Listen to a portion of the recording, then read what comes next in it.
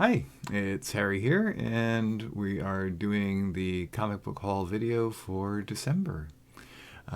Currently, it is December the 11th, and it's early in the morning. I got up probably about, let's see, we're at about 8 something, so I got up about 3 hours ago. I did a little bit of miniature painting, I ate my breakfast, and I puttered around online for a little bit, and I thought, this would be a good time to do my haul video. This morning has been chilly. This morning has been a little bit on the dreary and darker side. So, it is what it is. My actual DCBS order came in, I feel like it was early this month.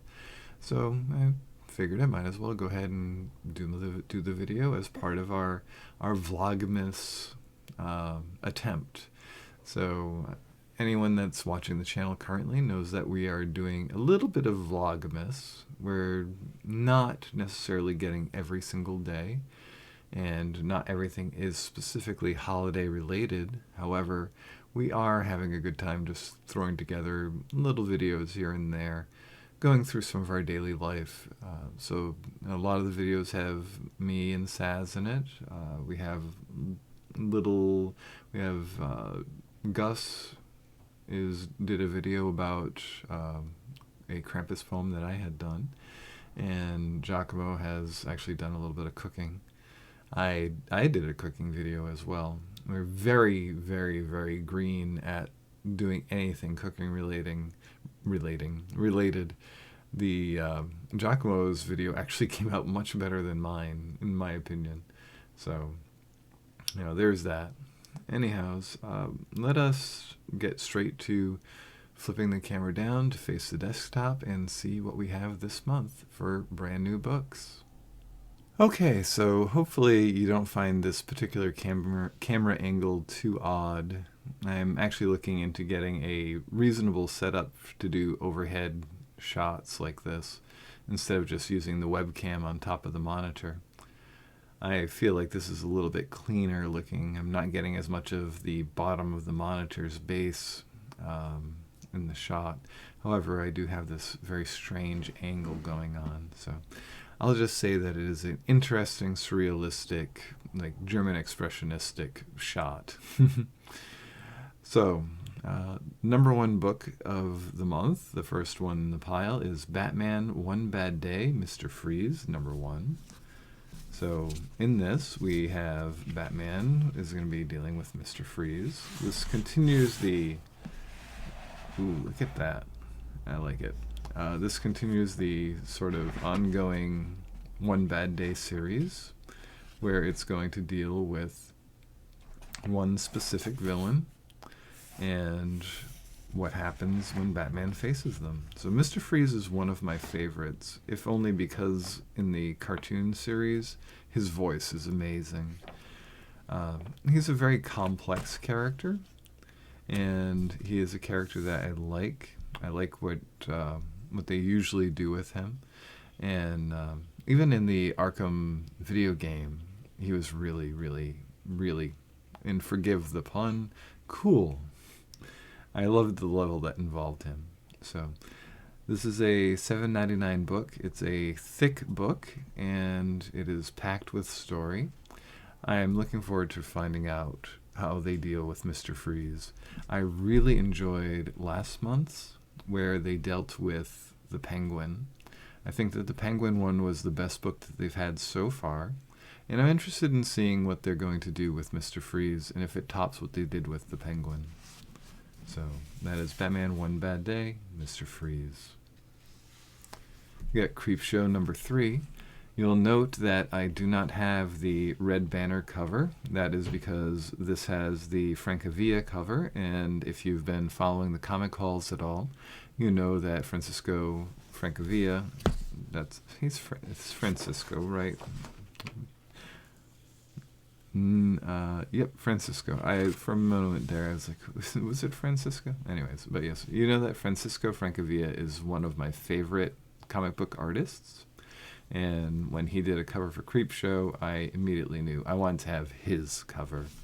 So Inside, we have the different art styles that we expect to see for a Creepshow comic. So I really like this second one, this sort of cartoony look. It's going to be really neat. And I've been enjoying this series altogether, as it does have that very classic EC horror vibe to it. And so we have the solicitations for the next Creepshow. Let's see if I can get that without a glare. Oh, looks like it's going to involve a luchador. I'm interested in that. And they do have the red banner cover. I think that's the one that I've ordered, if I'm not mistaken. So yes, Creepshow number 3. I've been in last issue had one story with it was a elderly creator of a Mighty Mouse-like character, and it was such a good story. There was his caregiver was trying to do something nasty, and so they could steal his money and gain his wealth, etc., etc., etc. And the old man, the creator, actually defends himself, and while doing so, he's having sort of these hallucinations of his Mighty Mouse type character. And that was a really powerful and interesting story. But so here we are looking at Creepshow number 3, the Francavilla cover. Moving right along, we got Dark Ride number 2, cover price $3.99. The first Dark Ride was the first issue of Dark Ride was really very nice. I liked it a lot, and I liked what they're doing with it. It's this weird occult-themed amusement park. It's themed after hell, and there is definitely something hell-ish going on. Last issue began with our Walt Disney-like character founding their park, and so now we're going to start moving into discovering some of the mysteries of the park, or at least that's my assumption. The interiors look nice. I really like this color setup. That's really nice. I like the reds into the greens there. And that's the thing, is I'm noticing as I'm reading this particular series, it's the reds, greens, blues I'm really attracted to. So, yeah. So Dark Ride. Ooh, I like this cover. I don't know which cover I ordered for the next issue, but if I had seen that cover, I probably would have ordered that one. I like this. I like the homage to Snow White. So we'll see what happens when my next month's order comes in. And so yes, this has been a good production. I really like the color that goes on in Dark Ride. The storyline thus far has been just introductory to the world, and now I'm hoping and I believe that this is going to move into the next step of things. We're going to get deeper into the plot. Now look at this evocative cover. Door to door, night by night. Let's see if I can get that to focus. By the way, I have some paint on my fingernail from when I was doing my painting earlier today. I have not washed my hands of that little bit of paint yet, so I think I have some on my thumb too. Yep. So yeah, so I've got green. I got green on me. Let's see if the camera will focus. Focus. There we go. Yeah, I've got green on me. If you think you can guess what it is I'm painting, mention it in the comments. So yes, but door to door, night by night is a supernatural type book. It involves monster hunters, if I recall correctly. And you'll notice we got written by Cullen Bunn. You will know that he is a favorite in the house. He is a good writer. Did the Harrow County and what was the other one that we really liked? Lonesome Hunters. Interior, the art is cartoony and clean. Nothing wrong with that. I like that beardy dude. Things will not end well with him, I think, for some reason. That's just my notion. Yeah. So I'm looking forward to seeing how this all goes. Like I said, I know it's supernatural monster hunters, and we'll see exactly where the story moves. But what I'm seeing here, I'm really enjoying. Last book you'll ever read. That looks interesting. The book that ended it all. It has a quote from Patton Oswalt. Human Remains? That looks like that could be interesting. And then we have our next issue solicitation. So, the Heritage... okay, so I'm reading this upside down. I should just look at the monitor and read from that. The Heritage Mills sales team travels from town to town knocking on doors. They're the best at what they do, which also means they're the worst. They're broken, each and every one of them haunted by closets so full of skeletons that they're bursting.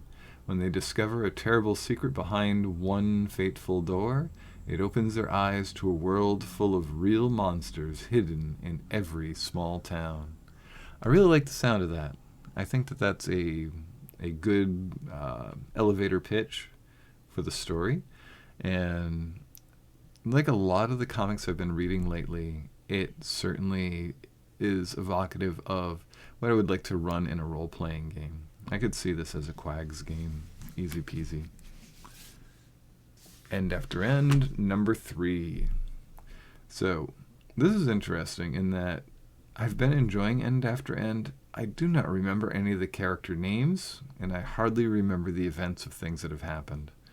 I'm really going to have to reread this whole series when it's all together. I think that there's just enough complexity to it that this would have been better as just a trade paperback purchase instead of going issue by issue, because I feel like there's the way it moves, I don't retain enough between the months. So I do remember that we have the character that is newly dead, and he is basically becoming a chosen one hero sort of thing. But yeah, I honestly do not remember 3/4 of what happened in the last issue.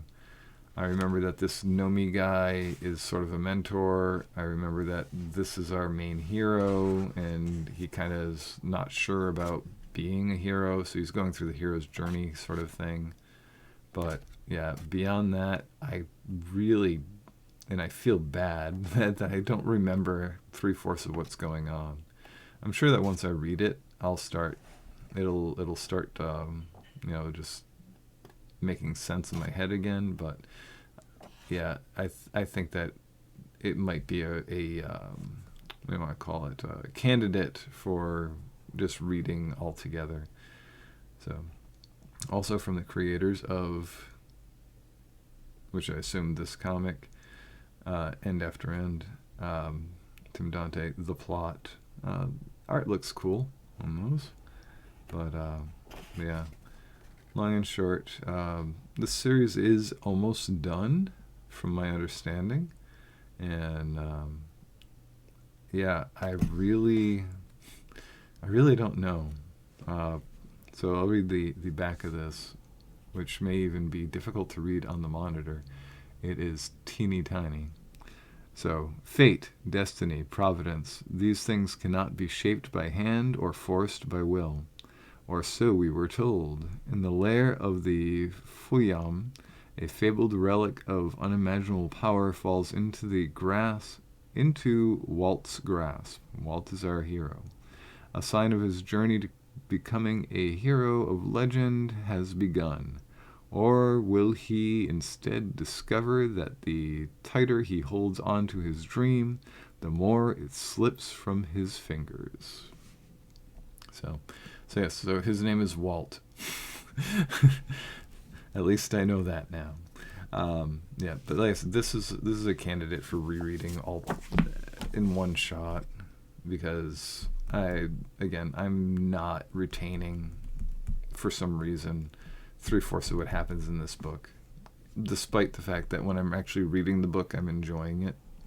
So I think I just need to take more time when I'm reading it. Frank Frazetta's Death Dealer. We've been seeing this every month, and it still continues on. Last issue, they focused on the sorceress. I was not looking forward to them focusing on the sorceress. I read Frank Frazetta's Death Dealer for Death Dealer, not for sorceress. However, I will say that the issue was rather good. And despite the cheesecake that was going on, I still enjoyed the story. So let's take a peek inside real quick. So it looks like we've got some beardy dude who does not look familiar, so this must be the origin of somebody entirely different. I wonder if that's Kerr when he's young or something like that. Or somebody else. I feel like this might be Kerr when he was young. Let's see if I can get this focus. All I know is he's killed the deer and he's full of blood. Alright, so we got a little bit of PG-13 excitement, and then we have, we're dealing with Death Dealer. And then move on to the cover gallery. So let's see if I chose wisely. So this cover was the, very glary. There we go. So this cover was the Ariel Olivetti. Next up is the Frank Frazetta cover. Let's flip on, which is the one I got. Now this cover here, that one's pretty interesting. I enjoyed that one. And then the last one should be, I think, did they do an action figure cover again? They did not. So that was the other, those are your choices of cover. But and there they are all collected. Yeah, I think I chose wisely with the Frank Frazetta cover. And then they're actually putting out a comic of the covers. Interesting. All right. Let's get that off of there. Illusion Witch, Book 5. If you'll recall, I was not enormous on this series. I believe this is the last issue, and I will not be pursuing any additional storylines if there are any. Follows our lead character as she's sucked into a fantasy world and she's trying to be the chosen one. It's very much like End After End, just different in that she's alive and the people in End After End are dead, but it's still that same sort of chosen one hero's journey story. The end? Question mark. Yeah. The end for me, definitely. This whole thing of having the same image on the back cover, I really don't know why they decided to do that. I don't know why it has to be so breasty. No. This comic that's being sold on the cover is not, to me, the comic that we're getting in here. I don't know why. I see something different when I look at this, but I'd say this cover is probably the closest in reality to what the story is. Some of the previous issues had just more evocative and cooler covers, but yeah, I did not love this one. I hope it ends well, and I really don't know if it's gonna. We'll see. Magic Order number 3, Magic Order 3 number 5. I will never get used to that. So yeah, we had dropped off with one of the youngsters trapped in the magic realm with the caregiver that was sort of unscrupulous, and he means to sacrifice her to this giant Cthulhuoid monstrosity. So given looking at this cover, I think she's going to win. That's my guess. So flip through quickly. So yeah, again, we see the art's not as good as it's been overall. We see her fighting the Cthulhu guy. Some of the other Magic Order will show up to help. She's probably going to survive because I don't think they're going to kill the kid, honestly.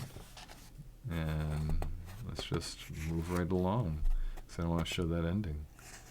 But yeah, Magic Order 3. Oh, there's another Magic Order 3 issue. So we're probably going to resolve the storyline with the girl that was pulled into the other world, and then they're going to probably move on to finishing up the storyline with the Uncle Edgar. That's my guess.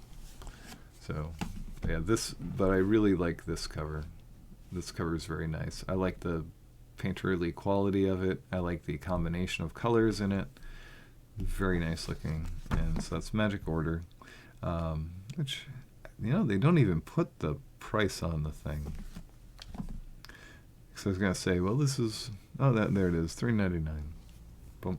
I haven't said the price of everything, but, do what I can do. Miracle Man, Silver Age, number 2. I really liked the first issue.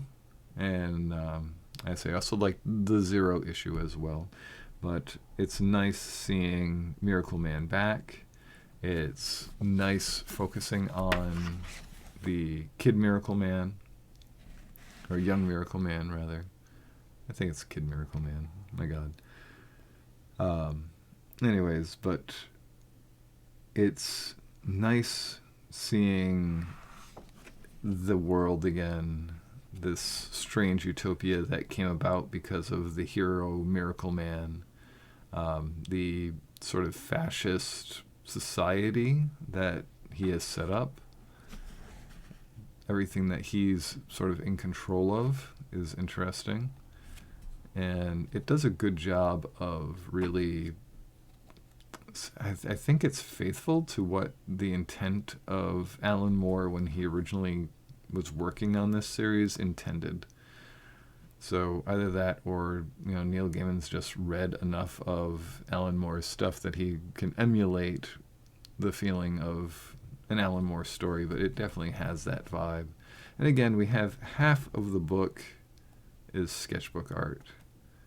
So in earlier series, they actually had printed the Marvel Man comics in the back. I liked that more than having just the sketchbook art. The sketchbook art's nice to see, but I'm really not sold on it's the best expenditure of the page count for this story. So I do like how dark black this cover is, with just the light of Miracle Man and the tower and the moon and the stars above. I really enjoy this one. I think it's a nice one. It's a nice departure from the Art Deco ones that I've been getting. So I like this. So Miracle Man number 2, which if you're looking to get into Miracle Man number 2, you're going to be spending about $5. Excuse me. Notes from a Sick Bed by Tessa Brunton. So this is a autobiographical comic to an extent, and it is the story of the artist as they struggle with chronic fatigue syndrome. And it's part of how they got through their struggles with chronic fatigue syndrome, or how they cope with chronic fatigue. So having a person in my life with chronic health issues, I think that it's important to really focus on understanding the experience, because it's hard to do. It really is. As the person who is okay, there is a certain degree of empathy that you need to have to be able to understand where the person who is struggling is coming from. And sometimes that can be difficult to maintain, because you start wondering about things like what could be if only they, and things like that. And you start going to a bad place as a supportive person. You start not being a supportive person. You start thinking all those what ifs, and you start wishing change and whatever for something that's not gonna change. So that all said, I'm looking forward to seeing how this goes and how this represents the struggle with this particular disease or ailment. And again, I'm sure that I will find a good degree of learning opportunities here to be able to find a different perspective on a chronic illness person's struggles. So, yeah. So this is a $14.99 cover price, big thick book collecting a bunch of comics. Notes from a Sick Bed, Tessa Brunton. Phantasmagoria number 3, to change the tone of things. This has been a great series. I've loved it so far. We have the nice black and white art, which I can't keep going on about. I can keep going on about forever. So Hawk, if I'm remembering his name correctly, is in the midst of trying to find the perpetrator of these horrible crimes. There's demons involved and all sorts of fun. This has been a good series. Every issue has twists and turns. You start in one place, you end in an entirely other. And yeah, I cannot praise this more. This is a comic that I wish existed earlier. I like having it in my life. It reminds me of The World of the Marquis a little bit, just from some of the art style. And as you folks know, Guy Davis is one of my favorite artists, and seeing this nice, clean black and white art presented, it gives me the Guy Davis vibes, and I'm excited.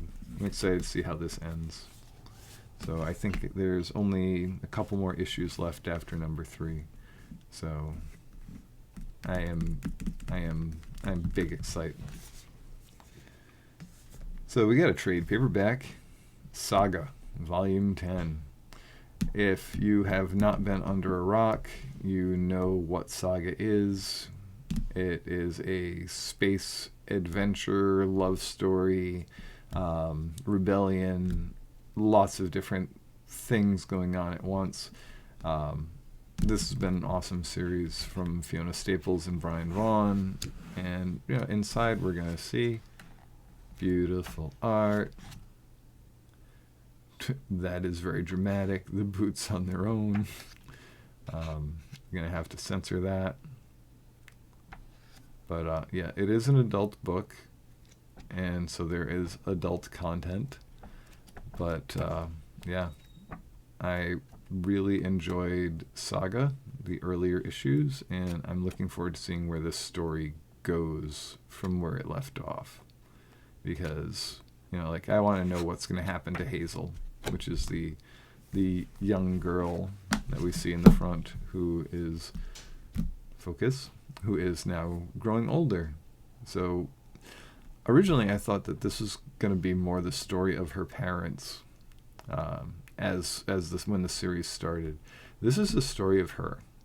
It really is the story of Hazel and her growth and who she's becoming. So I'm looking forward to seeing where this is going to go. And I know that there's plenty more to come. I want to say they're up to issue 60-something now in the floppies. I made the decision just to collect the trades on this, which I regret a little bit because I wish I was on top of the current stories. Anyways, so Saga, Volume 10, very exciting. It's finally here. This, I have waited, it feels like, months on end for She Bites number 2. So the first issue I really enjoyed. I thought it was a ton of fun. And then the second issue basically fell off the radar. It was solicited and resolicited, and it took a long time to get fulfilled. However, it is my belief, and just by looking at it, yes, the art is amazing. It takes time to do amazing. And I'm sure that they might have had printer issues and other stuff like that. I've tried to just poke around on the internet to see what there is for an explanation of why late, but it really doesn't matter. But yeah, it's got this solicitation here saying that the story continues in October. And here we are in December, and the next issue is not even close to out yet. So I know that the trade's coming soon, but yeah, She Bites. I've really liked it. The one issue I've read so far, it's a young girl that's a vampire, and she has to have a caregiver so that she does not appear to be a young girl out on her own. So she's actually an old vampire. So looking forward to seeing how this one goes and how it evolves. I think it's just going to be a fun romp. And our last book of this particular haul is Specs #1. Teenagers have ordered a pair of specs from online, and darkness happens from there. Apparently there's some, like, it fulfills wishes or that sort of thing, and they start wishing ill upon somebody, and now everything's kind of going to darker and darker places. So this comes from some of the creative team from Something's Killing the Children, and then there's like a laundry list of other really good things that people have been involved with this book are part of. But long and short, I'm interested in this one, which is why I got it. I like the They Live homage in this cover. And other than that, that's our haul for the month.